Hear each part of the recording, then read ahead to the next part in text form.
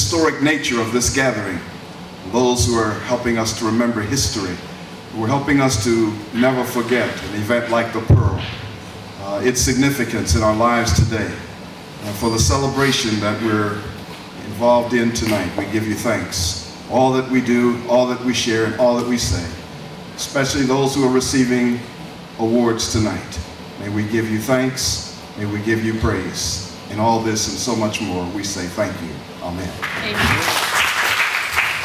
Hello. I spend a lot of time giving to children and youth and programs and coaching. I think I spent, 30, 40 years coaching.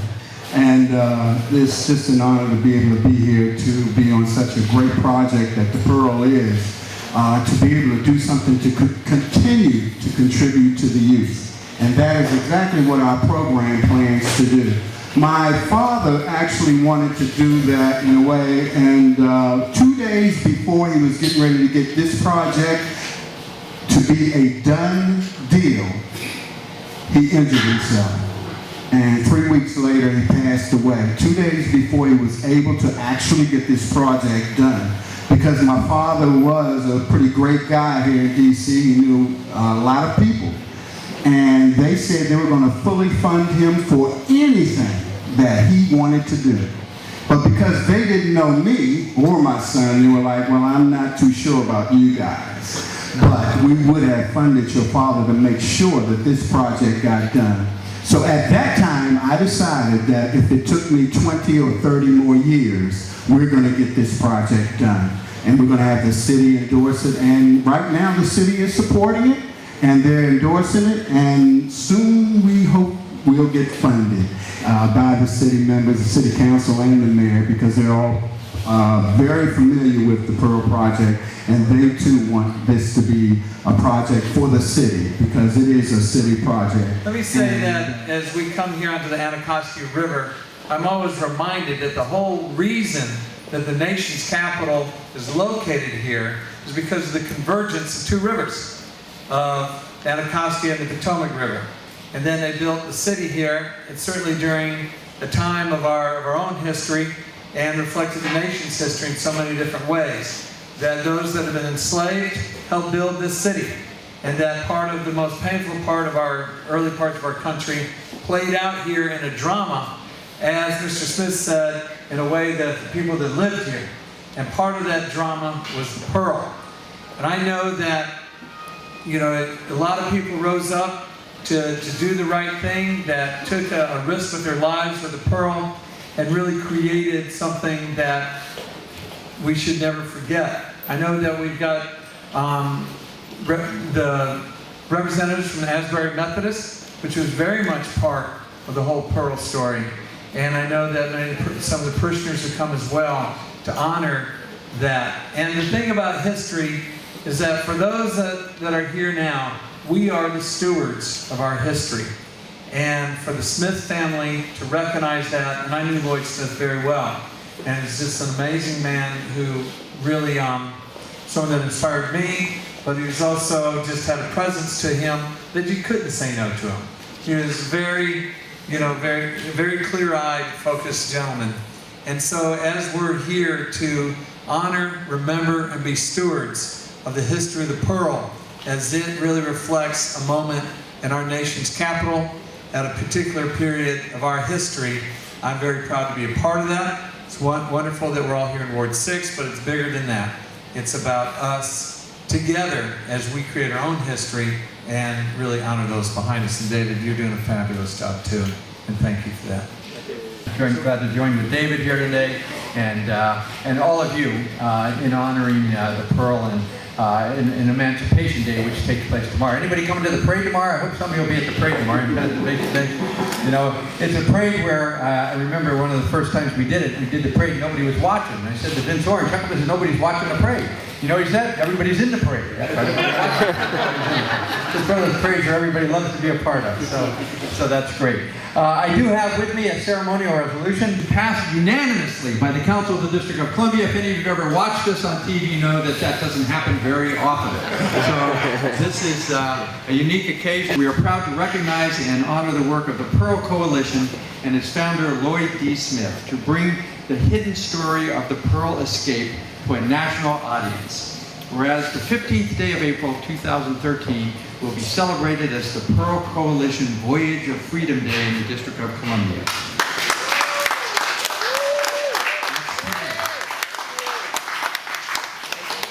Interesting, it coincides with what? Tax Day. We all pay our taxes today. Everybody not pay your taxes, you have till midnight. And whereas this historic event will be the centerpiece of cultural and educational programs that highlight the struggle for freedom from slavery and bondage in the District of Columbia, and will instill a sense of pride and connectivity in school-aged youth of the true cultural and contributions of Africans in American history, their legacy, and the resulting freedoms that all Americans currently enjoy. And whereas the Pearl Coalition's mission is to educate the public about the historic escape of 75 enslaved African Americans by rebuilding a replica of their ship, the Pearl Schooner, as a floating museum. The Pearl Schooner will provide job training and educational programs for local youth, create awareness of the Washingtonian contribution to African American history, and educate visitors to our nation's capital on the unified efforts to end slavery in the United States. And whereas organizers and participants in the planning of the escape included Paul Jennings, credited for being one of the key planners, Daniel Bell,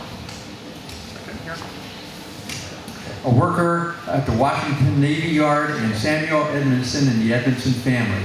The Edmondson sisters continue to work with Frederick Douglass and the abolition movement to elect Abraham Lincoln after their freedom was secured. And whereas the unified efforts by African and European Americans to achieve the emancipation of enslaved persons in Washington, D.C., and to free the African, Native American, and European indentured servants are celebrated by those involved in the Pearl Escape. Additionally, the unified efforts of the people of faith who dare to demonstrate their belief in God through love for their fellow men are also celebrated. Finally, whereas recognition is extended to Josephine F.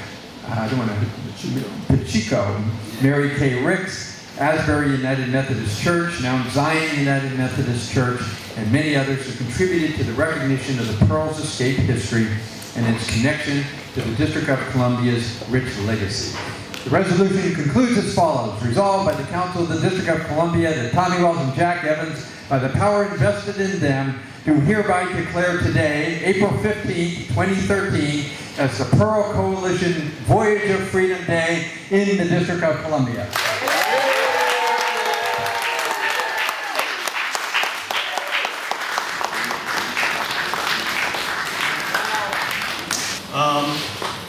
I'm a man of few words, but I will say this, and this is mostly directed at the younger folks in the room. DC is the capital of the most progressive nation in the world. It is the hot seat of all the latest issues and at the time the emancipation of slaves was a very hot issue in the United States. The Pearl Escape specifically, what a lot of people don't know about it is what's really significant about it is what happened after the fact. That DC was a powder keg.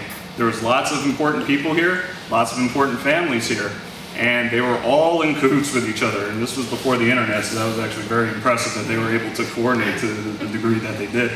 That's why many of the people involved were from larger families, large churches. Everybody was very well connected. So I just want to thank you for the work that you've done. Wish you the best in the future. And on behalf of the Marshall Charitable Trust, I will pledge that I will make a pledge to you at the end of this event. So thank you everybody for coming. Like I said, young folks, be very proud that you live here. I'm proud to be a Jennings descendant. I'm more proud of being in one of the oldest DC families. We're here, we stay here, we plan to stay here, and there's a reason for that. This is just a wonderful city. Thank you so much for coming out for this wonderful opportunity to honor the great work that my brother and my nephew David have done. This was a dream of my father's, Lloyd D. Smith, to get this off and running, and I'm very proud of them because they have stuck with this. They haven't let it go. Many opportunities just let it go, but they never let it go, and I'm proud of you both. I want to thank you for that. On behalf of the Lloyd D. Smith Foundation as well as the Smith family, we are currently still in existence. We have given out over thousands and thousands of dollars in scholarships, college scholarships since the death of my father, through donations, for people in this room, people to just care and know about my father and what he meant to Ward 7 and to this city and to the community. Let me just say this. In many ways, this is like a homecoming. Jack would probably remember this. I was the director of the Department of Consumer Regulatory Affairs when they actually, I remember when they opened this place in terms of the Earth Conservation Corps. Lord Smith was one of my mentors. I got started. I feel like David Smith is, to a large extent, one of the people who keeps me engaged. You know, as I have retired from not life, but from many of the causes that I've been involved in. And I just want to say that the Pearl is a fascinating story, but it's a fascinating story in many ways because it even though it was about 76 African Americans who were free families and slaves, it was really about larger questions about slavery, slave trade, it was about powerful and powerless, it was about North and South. And so I think that one of the things that David's got me to get involved in is I want that larger story so people today look at it from a historical standpoint, but begin to understand that some of the same issues that were raised in the Pearl Escape are still issues that have to be confronted today. So I want to thank you for your time, and I'm looking forward to working with David and the whole Smith family. We produced a play last year that depicted the whole story of the Pearl, and the University of the District of Columbia is where we made this demonstration. What a night it was, and I think there were over 50 family members from the Pearl present that night, and including the Smith family, and we were very pleased with telling the story of these slaves and former slaves and their families. And we look forward to the continued journey. Funding is important. What's more important is that the kids never forget such a story. And for the privilege of partnering with agencies throughout to make sure that kids learn the story and they understand the significance of the Pearl, understand the significance of the struggle. And I think they would have been extremely proud to have witnessed 13 generations of family members and kids from that Pearl who are now in strategic positions around the United States of America in leadership. So that was quite an experience. So Asbury United Methodist Church and its leadership just looks forward to a continued journey and a continued partnership with the Pearl Coalition and all of you who are helping to make this possible. It's time for a new season. And as we go forward to this new season, we have to work together, not just to support the Pearl and what we've accomplished, but to kind of do exactly what Don talked about. There's larger issues that we face as a city around economic development, around education, around drugs and health. There are some things that we are confronting now that are bitterly connected to the exact issues we faced then. I think we can teach our young people, our city, and the nation how we came together, both white, black, Protestant, Catholic, United Methodist, the faiths of people came together around one issue, and that was freedom and liberty. And that today now has to ring louder than ever. We have to be unified in what we do. And I think this is the message that the Pearl Escape sends. Often we talk about the compensated emancipation, and we talk about African Americans. But there were over 9,000 slaves and indentured slaves freed during that entire process. And only roughly 3,000 were of African descent. So this was not just an African issue, this was an American issue. And today we face those same challenges. Let us not be divided. Let us not be divided. But it's through unity that we can make change in our city. And I want to personally thank Jack, because this resolution would not have happened without you, Jack. And I want to thank you.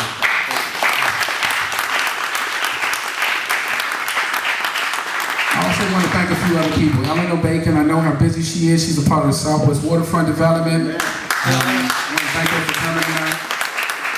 Eleanor worked with my grandfather closely originally early on in NCRC, I believe, around the Southwest Waterfront Development. Eleanor's been really pressing me to give her a sustainable plan so the Pearl can happen on the Southwest Waterfront. I'm going to give her that plan, okay? And then I'm going to tackle her until I get what I need from her so we can have that vote there. All right, I want to thank Kesh. Kesh, thank you, Kesh. Kesh has been one of the artists who have stayed with the Pearl when we had no money. Okay, so that, either she's crazy or she loves us. All right, and it's in a little bit of both. But she's passionate about what she does. Tindani here is the art that you see around the room now. Tindani was the contractor who worked directly with the young people in partnership with actually one of my cousins who is not here to teach the young people the history. I want to thank Tindani for his diligence. He's here tonight. He's staying committed. He's been supporting the Pearl. He's one of our lead creative directors with the organization, and I want to thank him. All right. What Raleigh Marshall didn't say is that his foundation has supported the Pearl over the last few years, and I'm glad to hear that we'll be continuing. I'll be harassing Raleigh to give me more money to support this effort so we can bring more young people to the program. Brenda Richardson. Brenda has just been a mentor. I asked her for advice. She gives it. She's always there. Brenda, thank you. On behalf of my family, we thank you for just being a great support. And I don't want to leave out, I'm sure there's other people. I see Erwin in the back and Wanda with the Ward 7 Arts Collaborative. Where are you, Wanda? There she is. Wanda is now my unofficial boss in Ward 7. She calls me every day and tells me what I must do, and I say, yes, ma'am. Yes, ma'am, yes, ma'am. But thank you for your mentorship, Wanda, and I'm looking forward to learning much more than I thought possible in such a short time. Okay. The reason that we are vividly engaged in the Pearl's mission and the vision is that it is really all of our mission to understand that history does repeat itself, and that the Pearl is not only the history of what happened in slavery in Washington, D.C., but it is also the present content of our mission and vision. We are still caught up in the same issues of entrapment and in slavery, but it's taken other forms. Wouldn't you say so, Erwin? I would say so. Also, Cameraman agrees. I am fascinated by the rich history of the Pearl, and as someone so eloquently put, how it galvanized folks even without the use of the internet or social media that we look at today. Mm-hmm. Another piece of the Pearl is just the art, its history, rich history that is brought forth. I think more young people need to know about it. I was ashamed that I didn't know enough about the Pearl. But coming here today, my eyes have opened, and I'm embracing the Pearl, and I think that's something that we need to teach our young folks a little bit more about the Pearl. Well, it all started when I read an article in the Washington Post about the Pearl escape. And I thought it was an amazing story. And I emailed David Smith and said, this is an amazing story. I'm a graphic artist and designer, and is there any way I could work with you?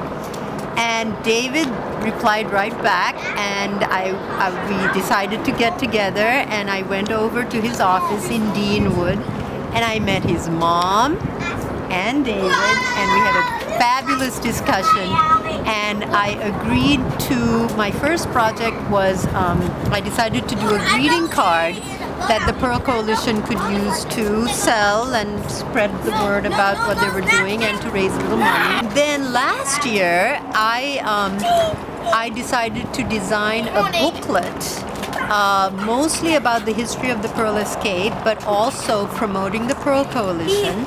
And we used this wonderful artwork that all these youth artists did, and a terrific artist named Tindani. Hi, I'm Eleanor Bacon, one of the developers for the Southwest Waterfront. I'm part of Hoffman Madison Waterfront, LLC. We are the developer selected by the city to redevelop the entire Southwest Waterfront. The event this evening was wonderful to honor the Pearl and the work of the Pearl Coalition. We have, from the very beginning, been very committed, totally committed, to honoring the Pearl at the waterfront, because that is the location where the Pearl sailed from, the 7th Street Wharf. And so we will continue to honor the Pearl and look forward to working with the Pearl Coalition and other organizations to be sure that the Pearl is honored in a way that it should be. Thank you. I'm Tindani Mpulabusiel, and I've worked with the Pearl Coalition in many capacities capacity. Most importantly, I've been the creative director of some of the Pearl Coalition arts programs, where we engage youth, particularly in the Deanwood community, to engage in the arts and culture through learning history.